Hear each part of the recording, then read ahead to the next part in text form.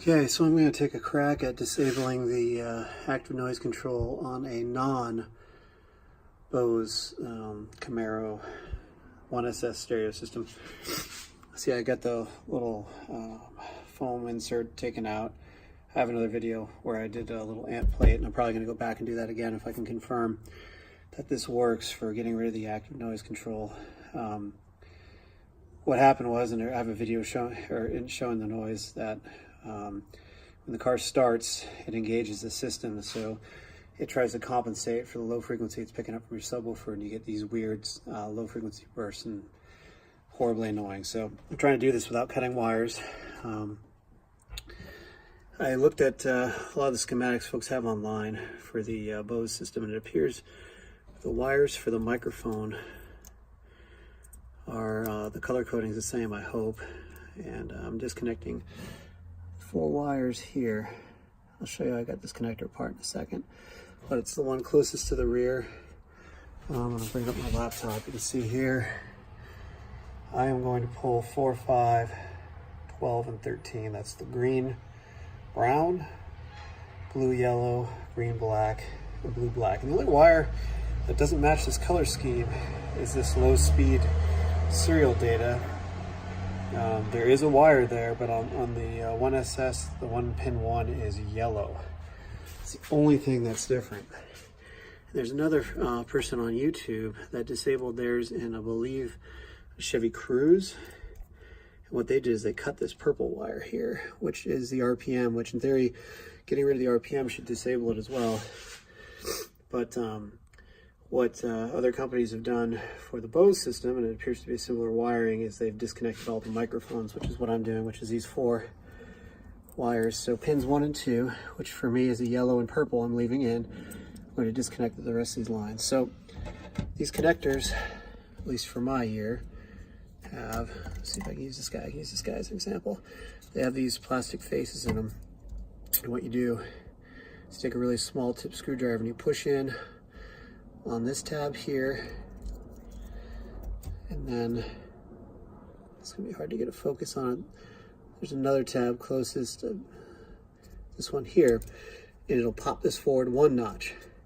And then once you got it forward 1 notch, you get the further back tabs right here and right here on this guy. I think they're different. Here's a faceplate for the connector you want to get at. I think they alternate on this one, but you can see there's the front tab. You push that one in first on both sides. There's the other one.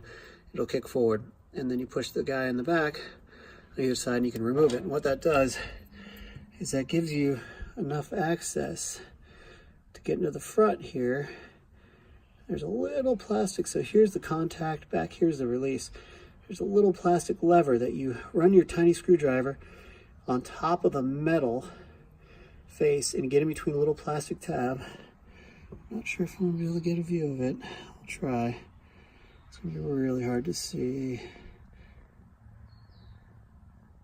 You can almost see them. There's a little plastic tab up on the top that you need to separate it from the contact, and then you can just pull the contacts out. And I already got the first one out, and there's no damage to it. I'm just gonna wrap them up with electrical tape, and if I don't like this, if it doesn't work, I just put it right back to stock.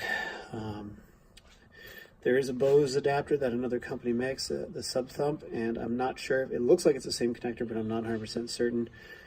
And this is, I can do this at home with the tools I have, so we'll give this a go. I'm going to go ahead again and remove all the 4 lines that are in pins, I believe. Well, let's go look at the computer. So in pins 4, 5, 12, 13. So that's here, here, here, and here. We're going to move those 4 lead pins in 1 and 2 intact, because I believe if you remove, hopefully pin 1 is what is the data channel. If you remove this guy, I believe that's going to take away your door chimes and other things like information that comes to the speakers. What we're removing is the door microphones that are set up to support the active noise cancellation. So we'll go ahead and remove these, and we'll see if we still have door chimes and audio and no error codes. So here it is with the hopefully microphone lines disconnected. We will find out, but like I said, I left the pins 1 and 2 connected. We're gonna go ahead and get in the car and see if we get chimes, see what happens when the engine starts. So I'll be back in a sec. So we have door chimes, you can hear. Stereo's still functioning. Go ahead, close the door, start the car, see what happens. And then we'll go ahead and try to run some voice commands to make sure that's all still functional. Okay, we're gonna start. Okay, we got dings. So I'm not sure if this is gonna work while I'm trying to record it with my camera, so I may just have to report back. I'm gonna go ahead, try to make a couple of voice commands, but got that. We got the door chimes. Trying to think of what else I can do here. But I think any kind of chime shows that's working. So I'm gonna go ahead and try to do some voice commands, and I'll get back on that. Okay, so all the voice options seem to work just fine. It did, using Siri through CarPlay, definitely seemed to work a little better. You know, the problem is I never really used sorry, it's probably going to be some blower noise. I'm going to shut it off. I probably never really used the built-in Chevy voice commands versus Siri. Siri's always seemed to work better for recognition. So it did have a trouble getting my commands straight a few times, but I'm not sure if that may just be the way that it is. So anyway, it does receive the commands. Chimes seem to work. We'll pop the door again. I guess because it's running, it's not going to be mad at me. But what we'll do is we'll shut the car off. We will turn on the lights. So we're getting a chime there. So that's good.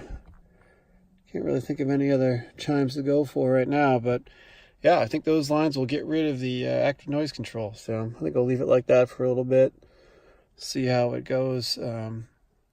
May go ahead and try to reinstall a subwoofer today and definitely confirm that disables that low frequency noise. But this may be worthwhile anyway, just to not cover up the engine sounds that you may want to hear. So I put a new exhaust in this. I'm going to drive it around a bit to see if everything sounds maybe a little bit better without it trying to compensate for it. So yeah, I think this is a good way to disable it. You don't have to take your door panels off because the microphones, oh shoot, let's see if I can get a zoom on it. Microphones are located right there. It's not focusing very well. Let's just go to this one right here. There you go. There's the microphones in the door. And you have to take the entire, zoom out. Take the entire door panel off to get there's a connector back there to get it out, but if you can depin it in the trunk, that's a heck of a lot easier. So hope this helps some folks out. That noise is really annoying, and I'll do a follow-up to confirm that with a subwoofer installed that you do get rid of that resonance, or the feedback, sorry. I took the car on a drive, actually to go get some T-taps just in case I decide to pick up an amp tonight and go for the install again. I'm still on the fence as to whether I'll order another one of those, because I returned everything. Probably should have hung on to it for another week, but whether or not I'll order another one of those sub-thump adapters or just throw some T-taps on here. And I don't know if it's worth it for the $60, because all the T-taps do is just put a very small slice on the insulation. So I don't know. I'll have to decide on that. Anyway, with these 4 wires disconnected that I mentioned before, get the colors for you right there. So better zoom. So I believe, let's see, I think this is blue with black, green with, hard to tell, green with yellow or black. That's green with black, so this is probably green with blue, and then blue with yellow. Just popping those guys, and you're good to go. You shouldn't even actually need to wrap them with electrical. I just did to protect them, but honestly, these are to the microphones, so there's no signal coming from them. I guess since they're a transducer, I don't know if these require excitation or not. It's 2 wires, so it's probably creating its own voltage, but it's real small. It's like millivolts, so you won't hurt anything, but you should wrap them up anyway, just so a bunch of crap doesn't get into the connector should you choose, or the contact should you choose to reuse them. Yeah, so I made a couple phone calls. Everybody heard me well. All my chimes are there. All the voice commands worked just fine. So, as expected, there's no impact of voice commands. And it's probably a placebo effect, but I swear that the car sounded better. Because I swear I could hear the exhaust note more clearly. It could just be a placebo again. And I think it may have reduced the impact of the volume reduction when the cabin noise gets lower, which I hate that. And I didn't see an option in this car to shut off the auto volume level adjustment. So anyway, I think this is a good route if you want to disconnect it and you're not taking your door panels off. Plus, even if you are taking your door panels off to put in new speakers, it's still a real pain in the butt. If you ever want to turn the system back on, I don't see why you would. In a car like this, I don't understand, a car like these Camaros, I don't understand why you'd want some kind of noise cancellation so you couldn't hear engine noises or exhaust. It just doesn't make sense for a car like this, so, but to each his own.